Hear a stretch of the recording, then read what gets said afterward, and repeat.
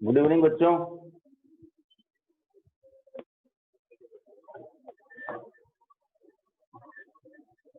एक लाइट और ऑन करता हूँ, रुको तुम्हारी। बोर्ड दिख रहा है ना बच्चे सबको? बोर्ड दिख रहा है, वेरी गुड। आवाज आ रही है? ओके, बस बस बस सबका गुड इवनिंग हो गया, सबको पता लग गया, आवाज भी आ रही है, बोर्ड भी दिख रहा है। बहुत है बहुत है बहुत है। चलो हैं, चलो बात करते हैं बेटा आगे, क्योंकि टाइम कम है अभी। सर का बायो वाला लेक्चर भी थोड़ा आपको कम देख पाए, क्योंकि अभी नेटवर्क इशू चल रहा है, आपको तो पता है क्या सिचुएशन है। ठीक है, तो आज अपन बिना कोई टाइम वेस्ट किए आगे चलेंगे, क्योंकि पिछले वाले वीडियो में हम थोड़ा ही कर पाए थे।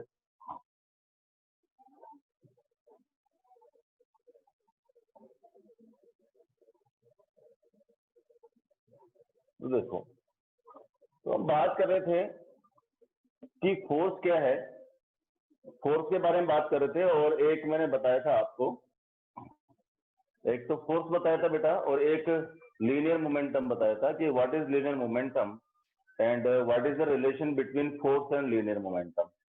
अगर हम एक मिनट के लिए देखें तो ध्यान से देखो जरा, मैंने बताया था कि फोर्स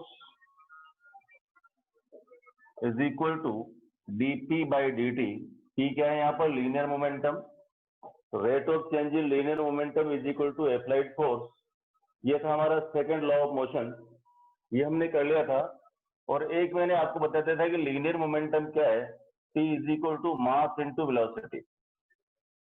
ठीक है, और कंजर्वेशन की बात कर रहे थे हम, तो उसको दोबारा बताएंगे कि कंजर्वेशन ऑफ लीनियर मोमेंटम क्या है। करेक्ट है? चलो देखो, मैंने इनके दोनों के यूनिट भी बता दिए थे और डायमेंशन भी बता दिए थे। यूनिट और डायमेंशन दोनों हो गए थे, इसके पी के भी हो गए थे और एफ के भी हो गए थे। ठीक है ना? तो what are the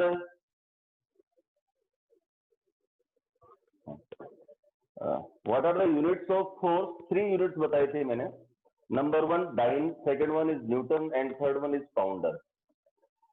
dine is the force of unit in CGS system, newton is the force of unit in MKS newton, and poundal is the unit of force in FPS system.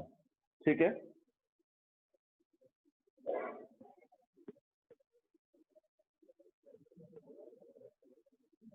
बेटा हमारे यहाँ से sound clear है, इसलिए आप लोग इसको बार बार मत बोलिए।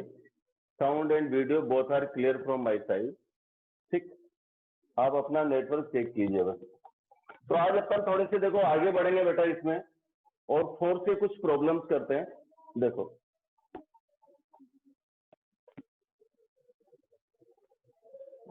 One newton is equal to 10⁵ dyne, और 1 dyne is equal to 10⁻⁵ newton. ये दो रिलेशन मैंने आपको बता दिए थे। लीनियर मोमेंटम भी वेक्टर क्वांटिटी और फोर्स भी वेक्टर क्वांटिटी है। यहाँ तक कि हमने बात कर ली थी। ठीक है, चलो थोड़ा सा आगे बढ़ते हैं और पढ़ते हैं कंजर्वेशन ऑफ लीनियर मोमेंटम। ये एडवांस लेवल का कंसेप्ट है जो आपको ध्यान से समझना चाहिए, कंजर्वेशन ऑफ लीनियर मोमेंटम। ठीक है बेटा, देखो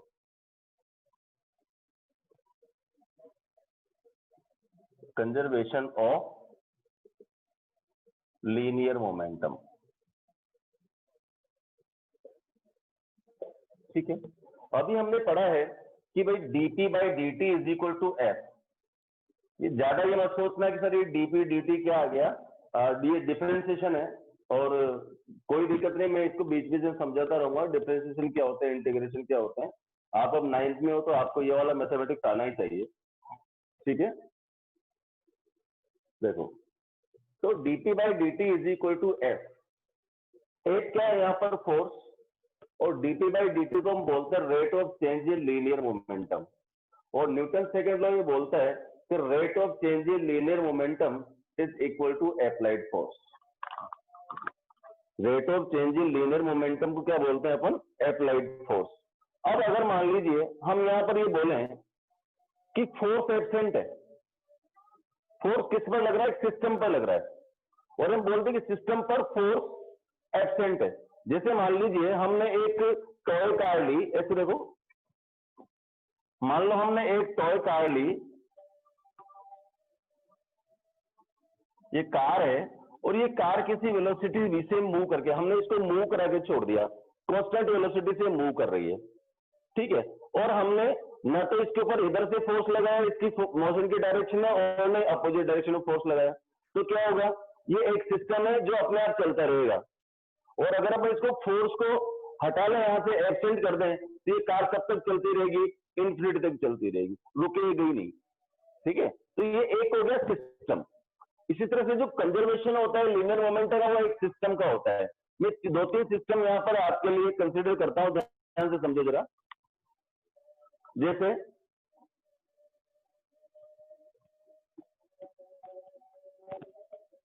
अच्छा sir, why is an arrow on the letters like F and P, ये चलो मैं समझाता हूँ एरो का मतलब। बेटा आप लोगों को देखो पढ़ाया होगा स्केलर और वेक्टर, ठीक है। स्केलर क्वांटिटी ऐसी क्वांटिटीज होती हैं जिनके ऊपर एरो नहीं लगाते हैं, यानी कि वो स्केलर होती है, उनको केवल मैग्नीट्यूड की जरूरत होती है। कुछ क्वांटिटीज ऐसी भी होती हैं जिनका मैग्नीट्यूड के साथ साथ में डायरेक्शन की जरूरत होती है, ठीक है ना। तो जिनमें इसके जो वेक्टर क्वांटिटी, उसमें मैग्नीट्यूड भी चाहिए, डायरेक्शन भी चाहिए, उनको बोलते हैं अपन वेक्टर क्वांटिटी। और वेक्टर क्वांटिटी के ऊपर एरो लगाते हैं। लीनियर मोमेंटम वेक्टर क्वांटिटी, इसलिए एरो लगाया।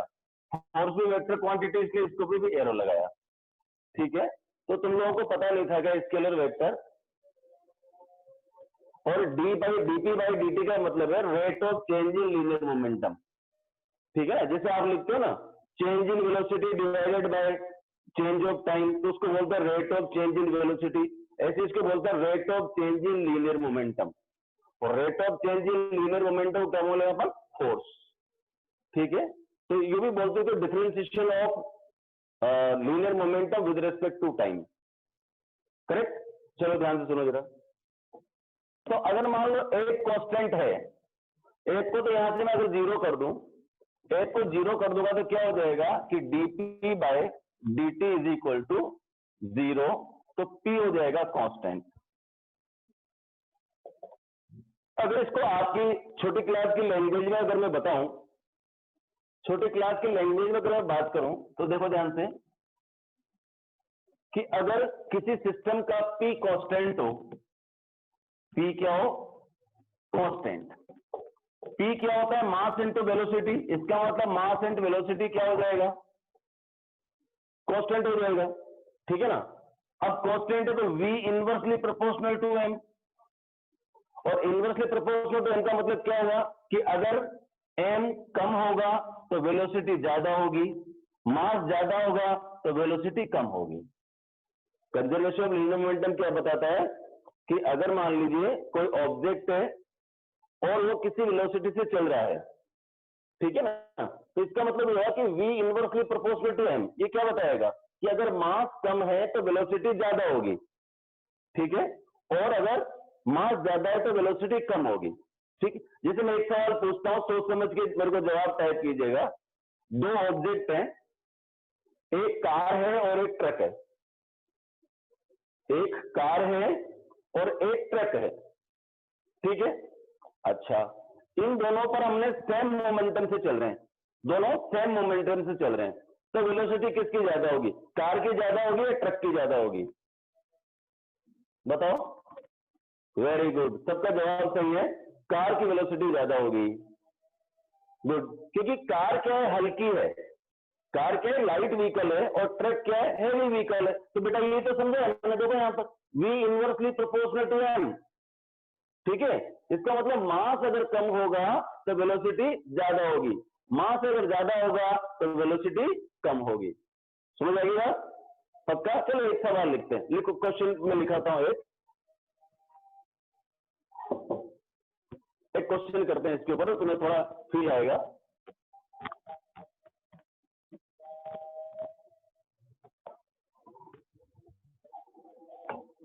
देखो,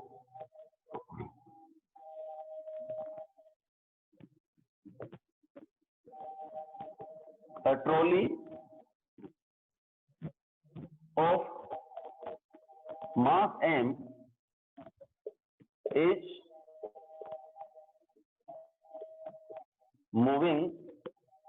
एम को ले लेते हैं। एम इज इक्वल टू मान लीजिए 30 kg है, is moving with velocity 10 metre पर सेकेंड। ठीक है, इफ m is equal to 10 kg is placed on trolley, then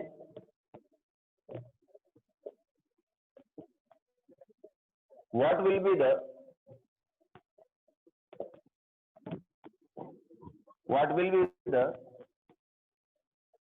velocity of trolley? 30 kg की ट्रॉली थी, ठीक है, और यहां पर कंजर्वेशन ऑफ लीनियर मोमेंट हमने अप्लाई कर रखा है।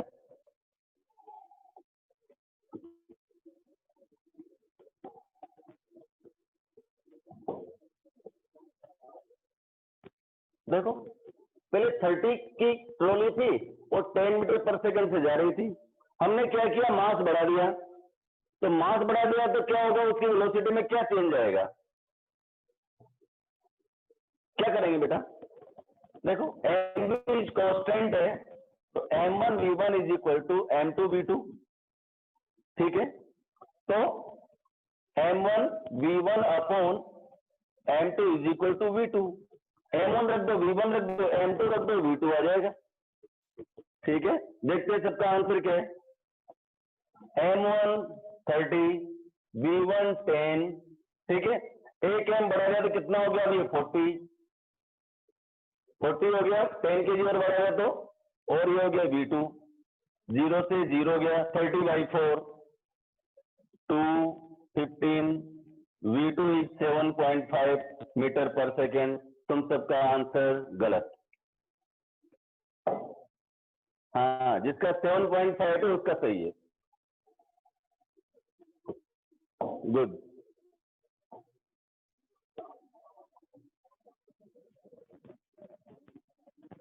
देखो, एक एग्जांपल करते हैं।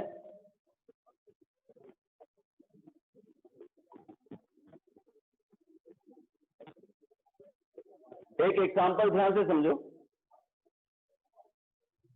इसको बोलते हैं अपन bullet gun system.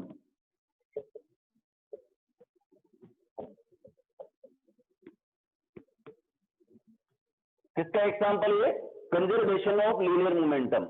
Conservation of linear momentum का एग्जांपल है बुलेट गन सिस्टम। बुलेट कौन सी? गोली वाली है, मोटरसाइकिल नहीं। ठीक है,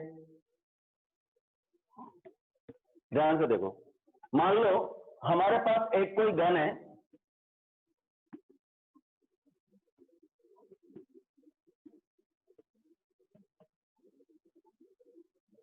ये कोई गन है AK-47। ठीक है, इस गन का मास है m। ये इसमें कोई बुलेट है m मास की। अब इनिशियल ये एक सिस्टम बन गया, एक गन और एक बुलेट दोनों मिलाकर के एक सिस्टम है। ठीक, गन और बुलेट दोनों मिलाकर के एक सिस्टम हो गया। अब क्या है, पहले गन भी स्टेबल है और बुलेट भी स्टेबल है। ठीक है बेटा, गन भी स्टेबल है और बुलेट भी स्टेबल है। तो मास ऑफ गन क्या है यहां पर? मास ऑफ गन m,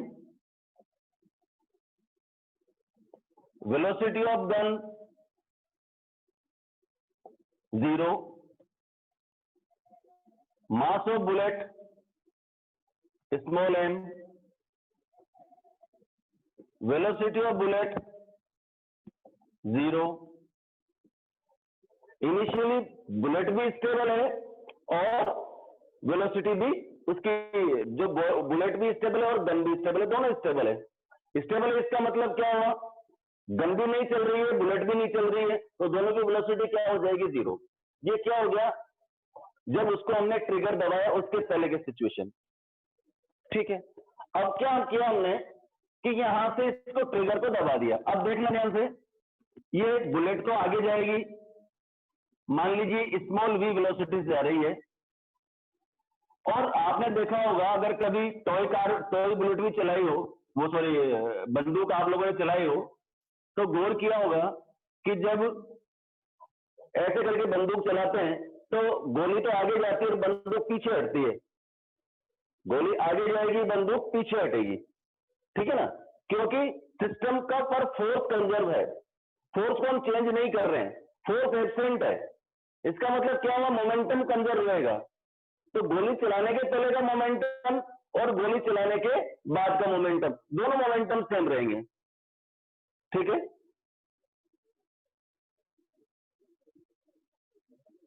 बेटा तुम्हारा नेटवर्क स्लो हो सकता है, बार बार इस तरह का मैसेज नहीं करें। नेटवर्क आपका स्लो है, हमारा नेटवर्क बिल्कुल परफेक्ट है। सुनो ध्यान से।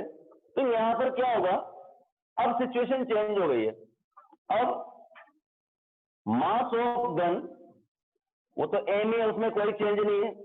अभी हम सोच रहे थे एक बुलेट निकल के तो उसका मास कम हो जाएगा, वो उसके रेस्पेक्ट में नेग्लिजिबल है, ठीक है। वेलोसिटी ऑफ गन ये हो जाएगा v। अब सुनो, इस वेलोसिटी को हम बोलेंगे, यहां पर नया नाम देंगे recoil velocity. What is recoil velocity? जिस वेलोसिटी से गन पीछे की तरफ आती है उसको हम बोलते हैं रिकॉइल वेलोसिटी, और जिस वेलोसिटी से बुलेट आगे जाती है उसको बोलते हैं मजल स्पीड। क्या बोलेंगे उसको? मजल स्पीड। देखो, मास of bullet is small v, ठीक है, और सॉरी स्मॉल m, और वेलोसिटी ऑफ बुलेट ये v हो गया। इसको बोलेंगे, इसका क्या नाम देंगे? मजल स्पीड।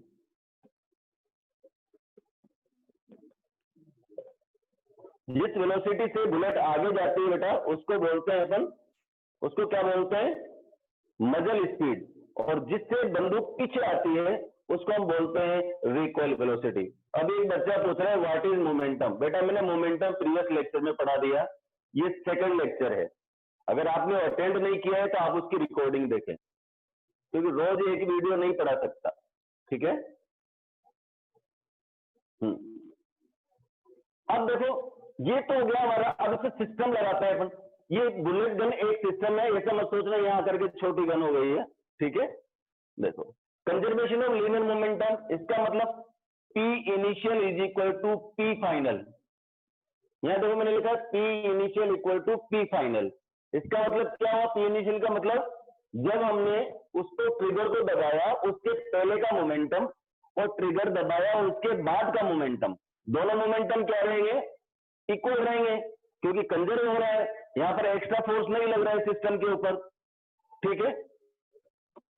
तो देखो P इनिशियल क्या है, देखो ध्यान से, m into zero, small m into zero, और यहां पर आ गया capital M into V plus small m into small V. तो इसको अगर अपन सोल्व कर दें, माइनस m v, और v इज इक्वल टू आ गया minus small m by capital into V, ठीक है। देखो वेलोसिटी जो है, वेलोसिटी क्या है यहां पर? कौन सी वेलोसिटी है? Recoil velocity. और स्मॉल भी क्या है यहां पर? मजल स्पीड है, ठीक। तो हम ये इसका स्क्रीनशॉट ले लीजिए।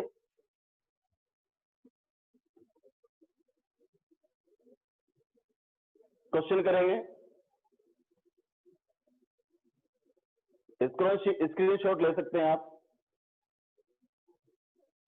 चलो,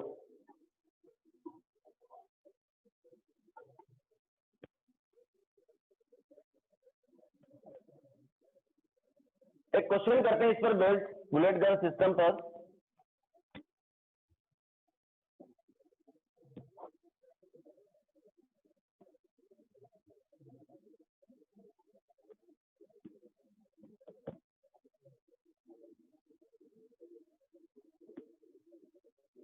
देखो,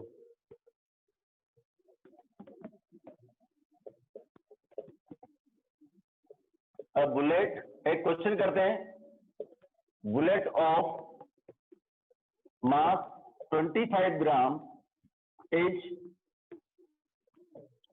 fired by a bullet, by a gun of mass 25 kg with speed, with muzzle speed, ताकि आपको नाम याद रहेगा,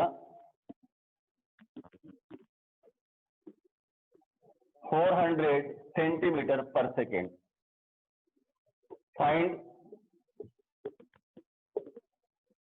Find recoil velocity of gun. ठीक है. जब भी आप प्रॉब्लम्स करेंगे तो क्या आएगा,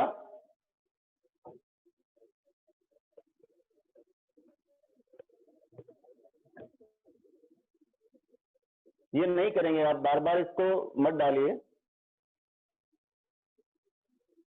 प्रीवियस लेक्चर देखिएगा बेटा, ये कोई बहुत रॉकेट साइंस नहीं है. ध्यान से देखो जरा कैसे प्रॉब्लम सॉल्व करेंगे.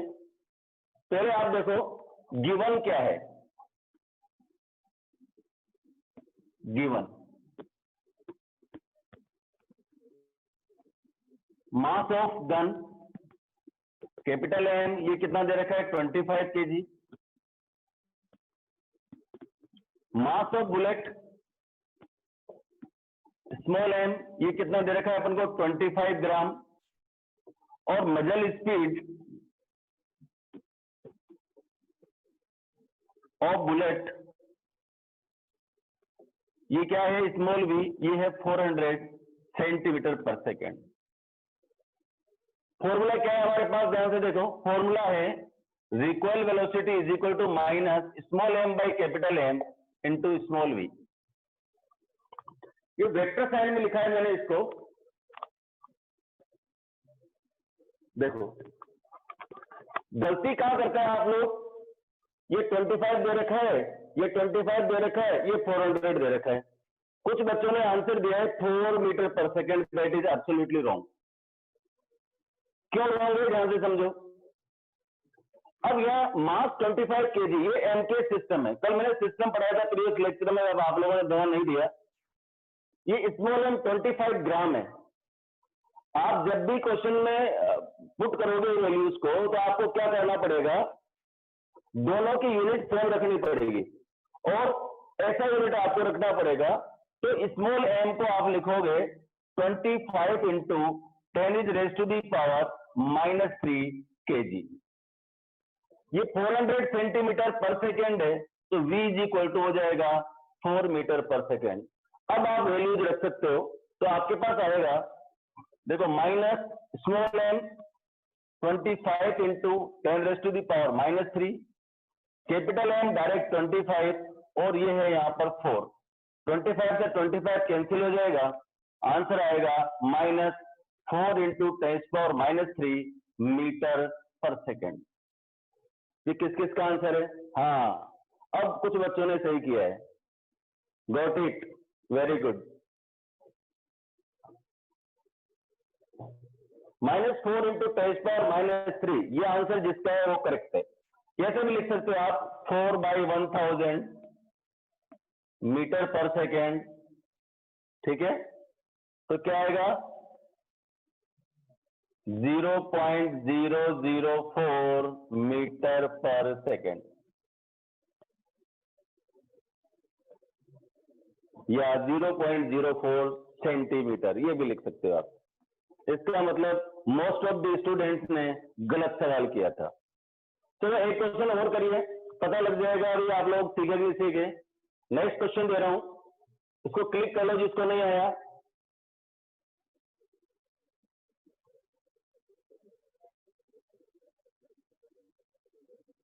जिसको नहीं आया क्लिक कर लो बेटा. दूसरा क्वेश्चन दूंगा, वो सबको आना चाहिए.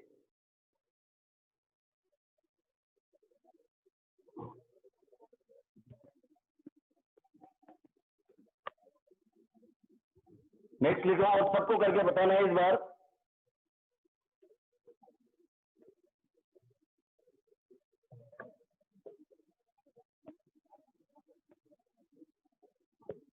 a bullet of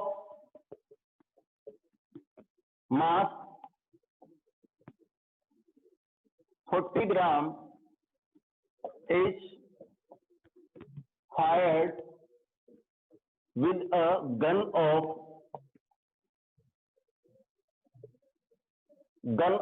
mass 20 kg with velocity 54 kilometer per hour. Find recoil speed of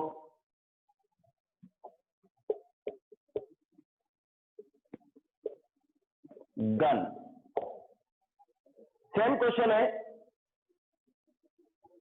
अब क्या है, the bullet of mass 40 kg 40 gram sorry is fired with a gun of 20 kilogram with velocity 54 kilometre per our. Find the recoil speed of the gun. अब सबका सही आना चाहिए.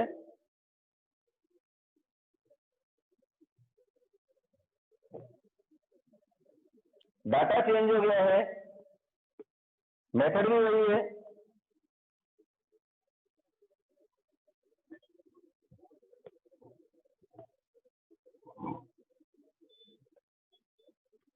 ठीक है, चलो मैं बताता हूं. चेक करो अपना answer.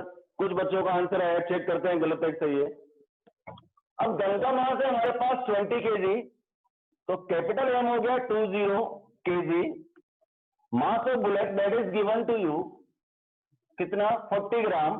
Small M is 40 gram और 40 into 10⁻³ kg. Correct. Major speed है 54 kilometre per hour. Small v is 54 kilometre per hour. Kilometre per hour को आपको कन्वर्ट करना पड़ेगा. 5/18 से आप इसको मल्टीप्लाई कीजिए तो मीटर पर सेकंड हो जाएगा. तो ये हो जाएगी 15 मीटर पर सेकंड. स्पीड कितनी इसकी 15 मीटर पर सेकंड. अब वैल्यूज रखते हैं. देखिए रिकॉइल स्पीड क्या आती है चेक करना है.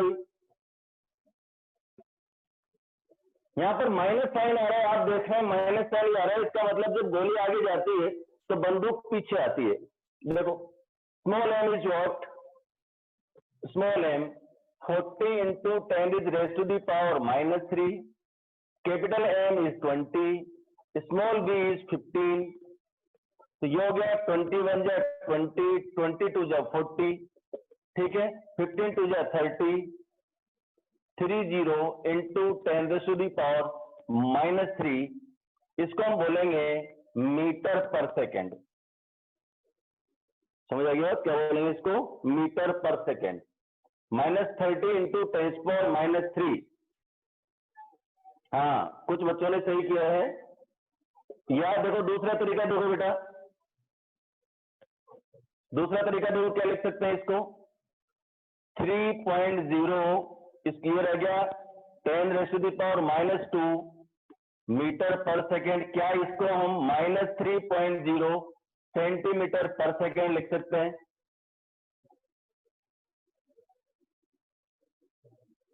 यस, कुछ बच्चों ने 3 सेंटीमीटर लिखा है. I am happy now. Very good. चलो दोबारा समझ लो जो नहीं समझ पाया बेटा, एक बार फिर आप फाइनली समझा रहा हूं. इसके बाद इसके ऊपर क्वेश्चन नहीं कराऊंगा. दोबारा समझो. बुलेट का जो स्पीड होता है उसको बोलते हैं हम मजल स्पीड. और बुलेट जब आगे की तरफ जाती है तो जो गन है वो पीछे जाती है. पीछे आती है इसको हम बोलते हैं उसकी रिकॉइल वेलोसिटी.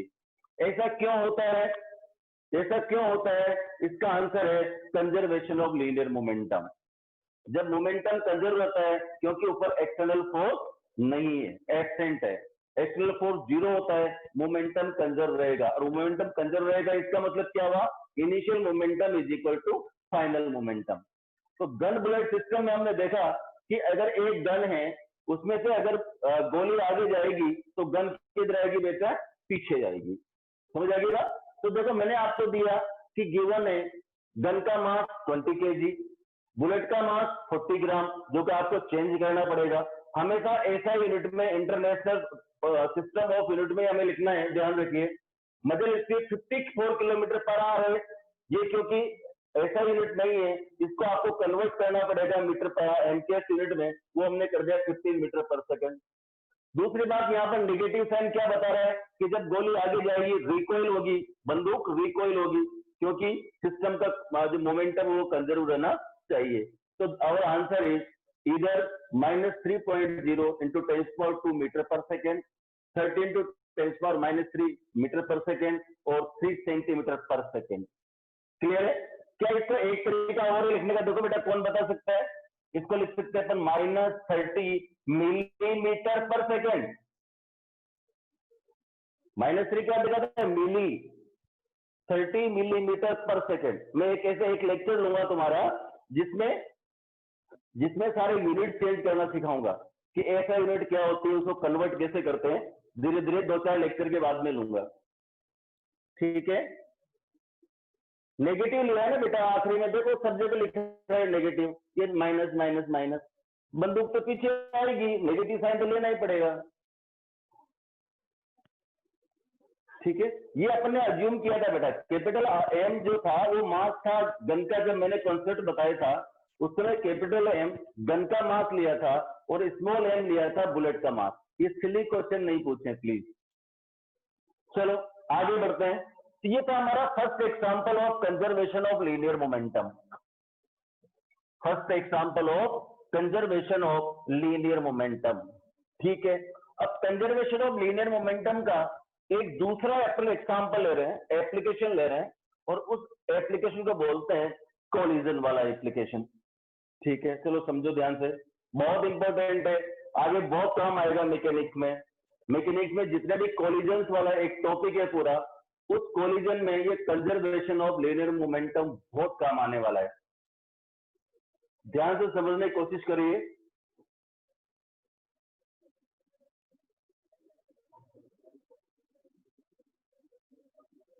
देखो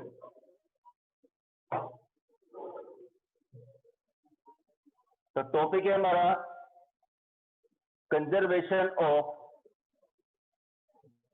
linear momentum in collision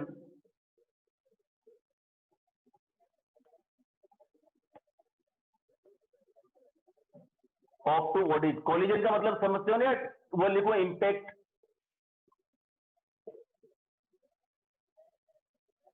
collision भी बोलते हैं इंपैक्ट भी बोलते हैं। कोलिजन, इंपैक्ट और टक्कर, टकरा गया, एक्सीडेंट, ठीक है, उसको बोलते हैं अपन। उसको उसमें सीखेंगे कि कंजर्वेशन ऑफ लीनियर मोमेंटम कैसे आता है। चलो ध्यान से देखो जरा, मान लीजिए हमारे पास एक सिस्टम है और उस सिस्टम में ये एक कोई बॉडी है जिसका नाम है ए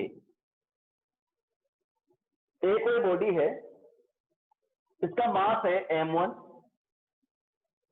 इसकी जो वेलोसिटी इनिशियल वो u1 है, ठीक? ये कोई दूसरी बॉडी है जिसका नाम है b, मास है m2 और इसकी वेलोसिटी u2।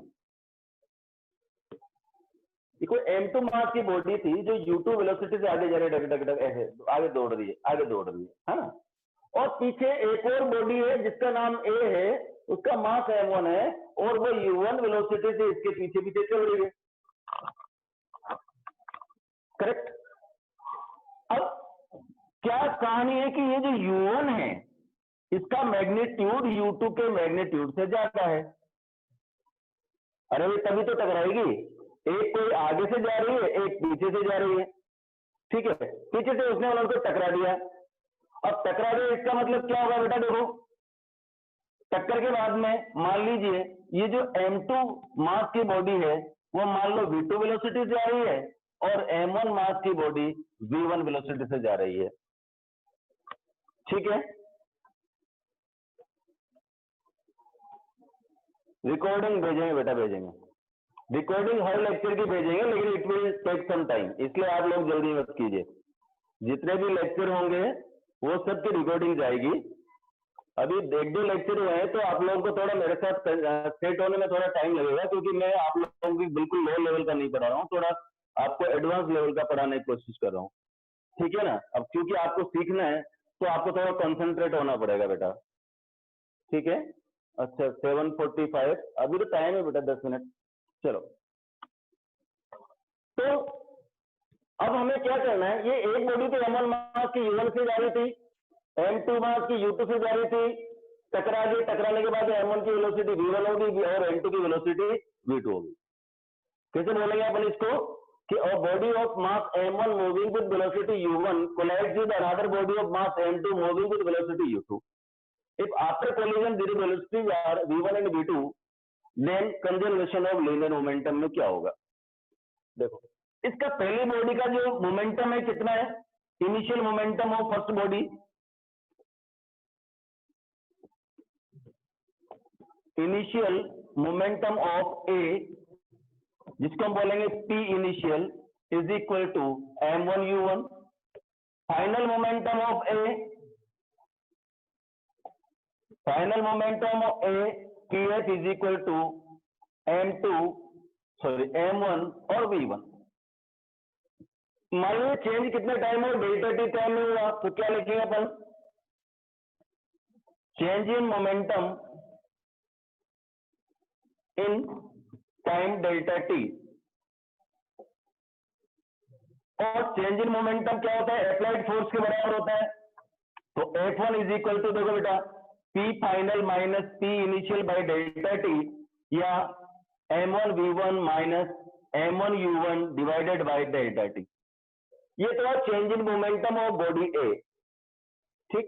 इसी तरह से change in momentum of body B, change in momentum of B, यहां के बाद यहां ले रहा हूं, उल्टा मत लिख लेना, ठीक है बेटा। और ये आ जाएगा F2 is equal to M2 V2 minus M2 U2 divided by delta T, ठीक है। जो थर्ड लॉ ऑफ मोशन है वो क्या बोलता है हमसे, action reaction, every action has equal and opposite reaction. इन दोनों को आप इक्वल कर दीजिए तो क्या आएगा देखो कि F1 is equal to minus F2, every action has equal and opposite reaction. Action किसने दिया, F1 का, रिएक्शन क्या है F2, दोनों इक्वल होने चाहिए और अपोजिट होने चाहिए। तो F यहां पर रख दीजिए दोनों को और सोल्व कर दीजिए, तो क्या आ जाएगा, देखो ध्यान से, F1 M1 V1 minus M1 U1 divided by delta T, that is equal to minus M2 V2 minus M2 U2 divided by delta T. Delta T is cancelled out, तो M1 V1 minus M1 U1 is equal to minus M2 V2 और plus M2 U2। V वालों को एक तरफ ले आइए और U वालों को अलग ले जाइए, तो आपका प्रॉब्लम सॉल्व हो गया। M1 V1 plus M2 V2 is equal to M1 U1 plus M2 U2। Total momentum before collision equal to total momentum after collision.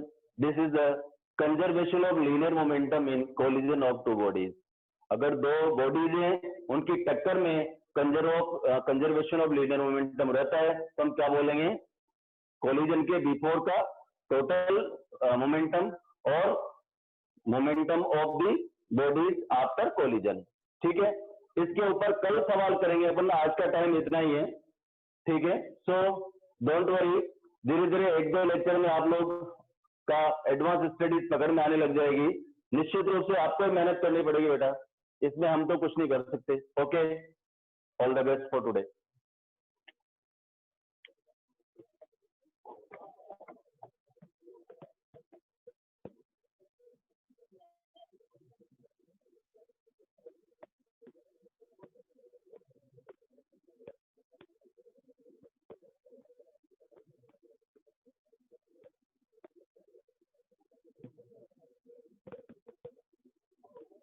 ले लो स्क्रीनशॉट, ले लो जिसने नहीं लिया।